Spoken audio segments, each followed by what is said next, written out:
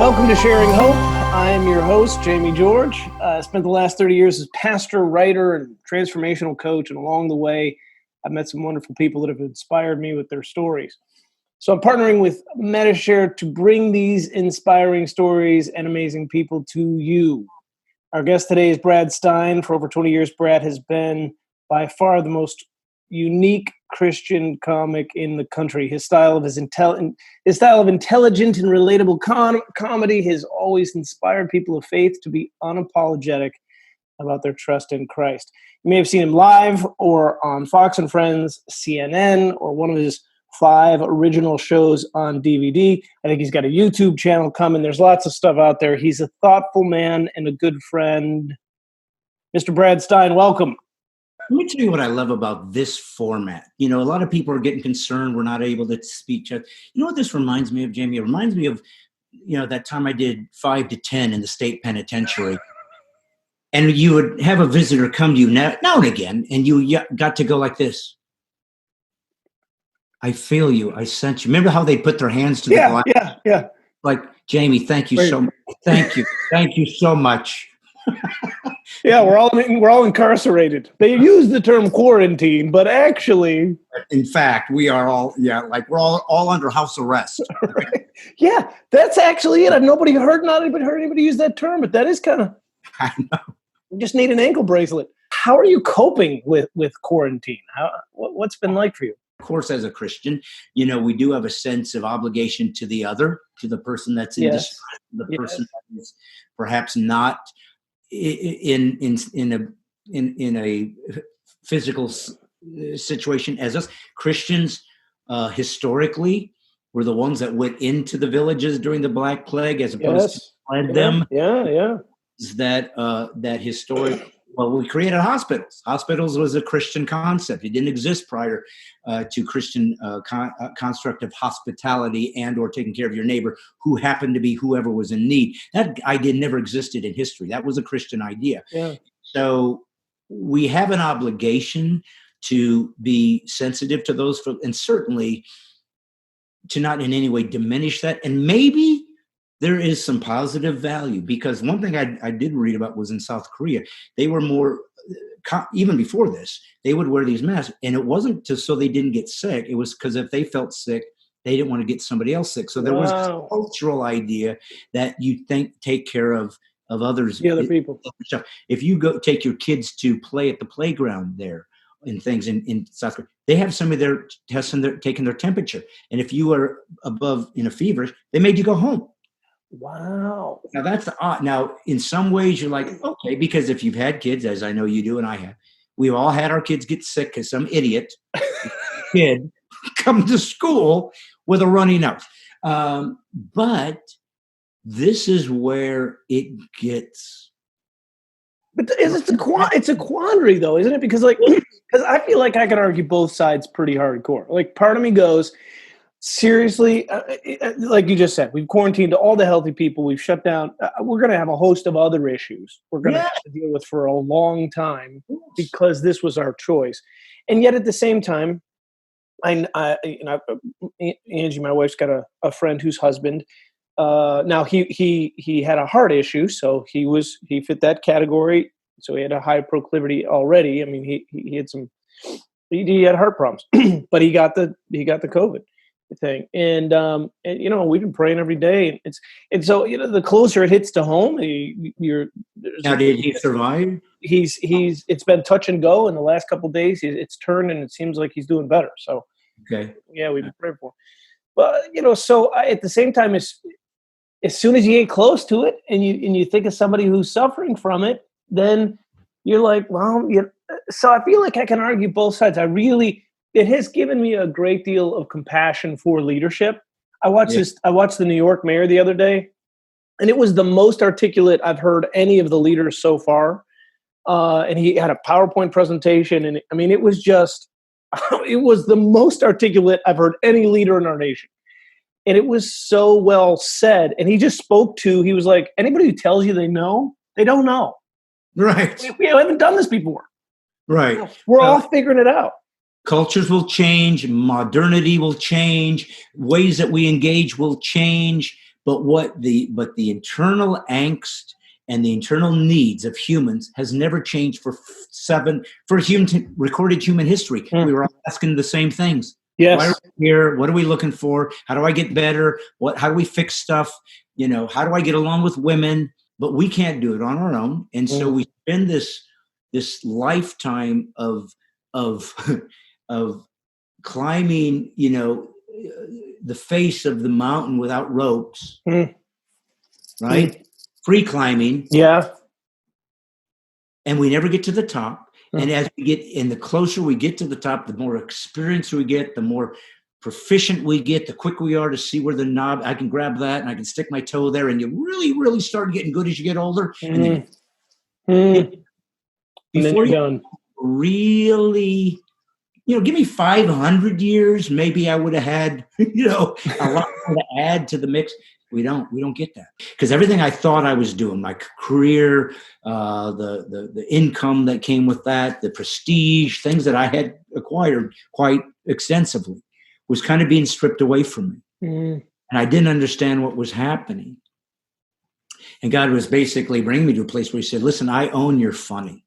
When I give you a gift, my expectation is then for you to receive it with gratefulness and then say, I'm giving it back. Where does it go? And what we end up doing as artists oftentimes is we spend the gift on us. Thanks for the gift. Now let's see what I can gain with this. Let's see what I can get from this. And God is constantly has this this challenge, which he mentioned to us, of riches and how difficult it is when you are rich to be contrite, to be humble, to be in need of God, because I kind of feel okay. I've let the idol of the contentment fill where God's space was supposed to be. In many ways, should we just be embracing? Are we meant to embrace this quarantine thing to go, this is the story we're actually going to tell, rather than getting lost in the anxiety of the days or getting immersed in the fear or the worry and the so many people. I mean, everybody has a financial thing they're dealing with. Everybody, my friends who are very, very wealthy to to friends who are going, I don't know how we're getting food this week. The energy is kind of the same energy, which is interesting to me. It doesn't matter kind of which, everybody's kind of has their fear about what's going to happen. In many ways, Brad, based on what you're saying, we just go, hey, look, let's call it for what it is. This is our opportunity to grow. So just embrace it and dive into it. It is because we have been forced into something that we rarely want to do as Christians, to fast. We are fasting. We're fasting. This is a fast. We're fasting. Global fast. We're fasting comfort. We're fasting normalcy. We're fasting kind of trust that things work the way they do and things don't go south. We're fasting the ability to ignore the discipline of having to contemplate, what am I really doing in life? We are being forced to do as the contemplatives used to do, which was to take time to well, it's a word that we sometimes fear in the West, but is to meditate. Yeah. The West somehow fears that word like it's some kind of, Eastern whatever. But meditation was taking time. The contemplatives used to read a verse of the Bible like one word at a time and rest in the word. They'd speak it slowly and then sort of wait, what are you going to tell me about this word? I mean, it's a discipline. These were guys back in the days in their, they were, whatever, friars. Or, Yeah. That's all they did. Their 24 hours a day was their life was committed to praying for the people. But there was this sense of really taking every moment as sacred and sort of what is there to learn. And maybe it's sounding like overblown or that I'm trying to be super spiritual, but I'm telling you, Jamie, we're supposed to live the supernatural naturally because we have a supernatural world that we're connected to, spirit and body. We are both. And we tend to be selective, don't we, in what we actually, you reference the Bible and reading. a lot of those who are people of faith say this is something I follow, but we're still fairly selective. And Yeah. like, for instance, what you're saying about this fasting or Sabbath or slowing or silence or listening. I mean, there really is an opportunity if we'd be intentional to Yeah. set aside fear and in the silence experience love, right? Listen, when else in our lifetime have you literally been told you have nothing else to do for 20? You can't go to work. You can't worry about, driving to this thing or that thing. You're kind of forced to. You socially are not allowed to get together. You've got to be in you and your family. Yes. Your family. And some people, I'm hearing about some people, this is causing trauma. That they're like not happy to be amongst themselves 24/7. Well, clearly something is broken in that relationship that needs to be mended and be observed and go, what the heck have we been doing? Did we never truly know each other? Have we really been okay just being in each other's space? Hey, you feel like it exposes how often we medicate with distraction? Of course. Of course, there's an addiction to not being disciplined. There's an addiction to letting the mundane, to letting the formula of our life that becomes very much set in stone. I get up at this time, I have this for breakfast, I go do my jog, I go to work, I come back. That becomes your tradition. That becomes your discipline. This is how I do my life. And God said, but an hour a day on Sunday, you think is asking a lot. And yet you have created a sacred structure of your day-to-day, of which most of it is meaningless. And so I think what we forget, because we read the Bible, we say, here's God's word. So we think here he's speaking to us, which he does. But he talks about Jesus and I'm going to give you a spirit, my spirit, which is a transcendental communication. Yes. And he says to you, I think, you really have to understand that as you practice hearing from God, you're learning another language. You're learning Spanish. You're learning Greek. And it's not easy. No. You start out with baby talk. Yeah. I run. I walk. Where is the baño? How do I find the toilet? Which seems always the first thing they teach you. Yes. Every language, you got to know where the toilet is.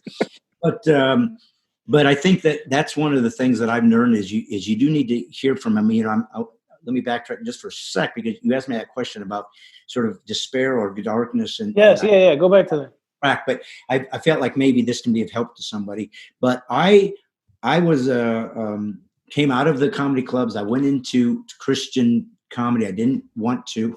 I felt like God was calling me to ministry 25 years ago, to ministry. It was completely weird to me. It's like, I told my wife, I said, I feel like God's calling me to ministry. And she goes, I don't even know what that means. Because I was just a comic. And I said, I don't know what it means. All I know is I would do comedy. People would laugh. I knew how to do that. That was nice. It was fun. But because I was in churches, I would speak some spiritual things just to add to it. It kind of came out naturally. And I would see people going from laughter to just kind of like taking it in. And I remember thinking, and you would know this as a pastor and a Christian sort of teacher, these moments where I would just say to myself, I don't know how else to describe this other than to say, this is who I am. Whatever I was doing at that moment, this is who I am. My flavor. It's why I was created. What God told me about my comedy was, I gave it to you to give back to me, because your gift is not comedy, even though I've got 6 comedy albums and I've been doing comedy for 30 years and I've made a living as a comedian. See, that's not your gift. Your gift that I gave you is communication. You take hard ideas and you laymanize them. You make them accessible to people. That's what I've given you a gift for. The flavor, you deliver that, is comedy. That's just the vehicle. That's just the vehicle to move it in. But that's not what you're really good at. What I've really given you a gift at is to communicate ideas.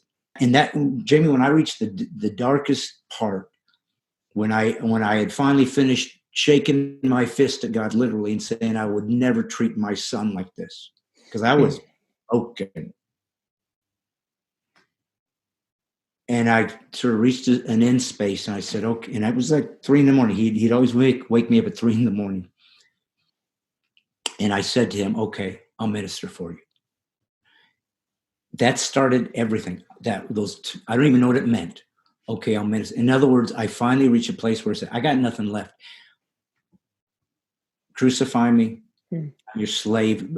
Again, terms God used that we gloss over. You are crucified. You're a dead man. You are my slave. I control your comings and goings. You are dead, to sin. What God expects from us is to wring us out, and there's nothing left. And he says, now are you ready? Mm. And you can be a Christian 20 years before that moment happens, where you suddenly are at the place of absolute, I have nothing left. And then he goes, now we start. But it is the nature of every story we've ever told, right? I mean, it is the quintessential hero's journey that at some point you have to go face that broken part of you, that ego self. And if you don't let that die, life comes through death. And if that part doesn't die, you'll never experience abundance. Like, you always live from scarcity unless that moment happens, right? So there is a chance. I love hearing you say that, because, and you're right. You and I have talked enough to know I've had those moments in my life too. And it hurts so much. Gosh, I mean, you're not putting it on the calendar, that's for sure. You're not looking forward to it. And I'm not scheduling any of that pain, but I can't take it out of my life, and I have to acknowledge what it's created in me. It's that passage in John 12:12 or John 12:24, right? Unless a seed falls to the ground and dies, it won't produce much fruit.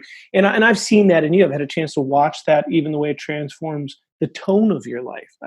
I know the way it's caused me to see the world differently and walk in a deep sense of grace and gratitude. And I wonder if there isn't somebody out there that in the middle of this quarantine, like, this is actually the opportunity. Like, they're being broken down and they're holding on to those last threads. And I think probably you and I would go, just let them go. In the end, none of this is what we were working for. This wasn't the answer ever. All along, we were passing through. Yeah, the goal of life is not systems of efficiency. That's actually not the goal. No, and I will say that there was a thing that occurred to me not too long ago that was helpful to me, that I was in need of, and I knew that when it was going to come to me, it was going to help me in some really serious places that I desperately needed this help. But I had been praying for these items to be taken care of from me. And financially, it was deeply necessary for a long time, for years. And I would say, God, I know you're going to take care of this for me. I don't know how, but I know this is going to get free. I'm going to pay that off. I'm going to do this and that. I didn't know how. And some things had occurred by which this was about to, it looked like, was going to be taken care of. And there was this odd dilemma, because I found myself in a way a little scared, because I said to myself, I've been waiting a long time for this moment that's about to happen. That's miraculous and wonderful. And I was so clear. I said, God, I want to be grateful for what you're about to do, but I don't want to be more at peace when it happens. I want the peace to be that you were there all along. Yeah. It wasn't the actual, I paid that off, or it wasn't the actual, which we should feel good. We prayed for. Right. But the peace existed in the storm, not just because of the resolve. But the peace it shouldn't be any different. The peace was you were there, not your answer to my prayer. Oh, you were there. Wait, hold on. I got to take that right there. The peace was that you were there, not the answer to my prayer. Because Brad. But isn't that true? We think the answer is and God said, can't I be the Yeah, the answer is when the quarantine lifts, finally, then I can. Now we're a team. Oh, we're better now. Right. No. We're good right now. If you learn it now, when you have no choice and when it's hard, then when the other stuff comes, you'll get to manage it without idolizing it, which is what we've done to our stuff. Wow. It becomes the idol.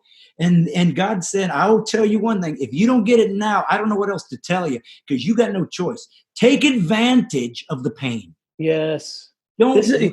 You were talking about the contemplatives. Like, this is that when they use that word attachment. If we'll let go of those attachments, right? Like, I love that. If we can let go of it now, when we get it back, we don't go straight back to attachment again. Oftentimes, the answer becomes the idol instead of me. And this is the time. People are in pain right now. Don't waste the pain. Use it, because it's going to cause you much more breakthrough. It really is the phrase, the peace that passes understanding. Yeah, but I don't understand. Yeah, that's the point. Have peace anyway. And unless we're going through the pain, how else do we have a chance to learn it? You got to go through the junk. It's not going to work if you read about somebody else's story. It's not going to work because you read some cool proverb or some meme or somebody told you, or you even got a good sermon. That's all there to sort of maybe help you or to inspire you or to teach you or to grow you or to fill you. But it's the experience that you're really in, by which there is no easy terminology to walk you through it. It's so easy to read these stories. We read about the martyrs. Right. Inspired, and God said, "What if it's your turn?" Well, I don't want to turn. Right. I just want to read about it. Right. I don't want to feel this. How amazing these people could be as they were getting their nails ripped out of their hands, and they wouldn't deny you. I don't want to do that. I know that somebody made it through. And God said, "What if it's your turn?" Yeah. Brad, if you're Christ follower, you're going to get a turn. You're going to get a turn. Yeah. You're in the pain whether you like it or not. Don't waste it. So good. Thank you, my friend. What a joy to be with you. Thank you, brother. Thank you for your words.